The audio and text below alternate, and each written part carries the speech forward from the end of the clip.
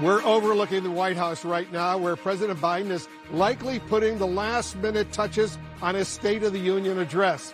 The war in Ukraine forcing him to revise his speech on a night when Vladimir Putin's forces could potentially unleash some of their most devastating attacks yet.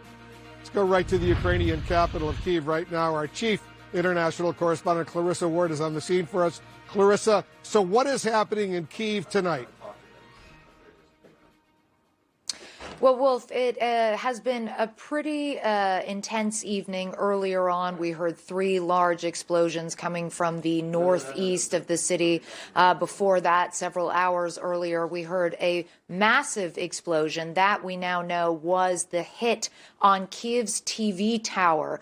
We're hearing from Ukrainian authorities that 5 people were killed in that attack, and it struck just next to the Babin Yar Holocaust Memorial. That is the site of one of the worst Nazi massacres, the largest mass grave as a result of World War II.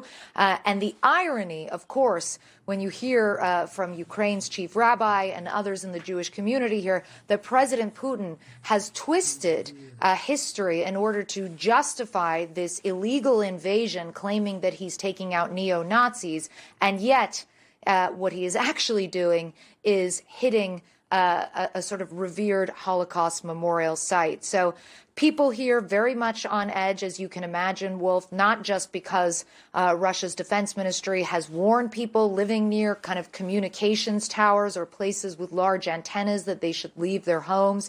Also, anyone living near SBU facilities. SBU is the acronym used for Ukraine's security services, but also just a broader fear that more civilian targets could be on the horizon here. And I'm saying that because we also heard from Russia's defense minister earlier today. He warned that the Ukrainian military is hiding its weaponry and infrastructure inside civilian areas. I should underscore that we have absolutely no evidence to support that claim whatsoever. But nonetheless, it is a propaganda line that we've heard many times from the Russians before, and often it is used when they are about to target civilian areas. I will say that while it was pretty intense earlier on in the evening, Wolf, it has been quiet now for the last couple of hours.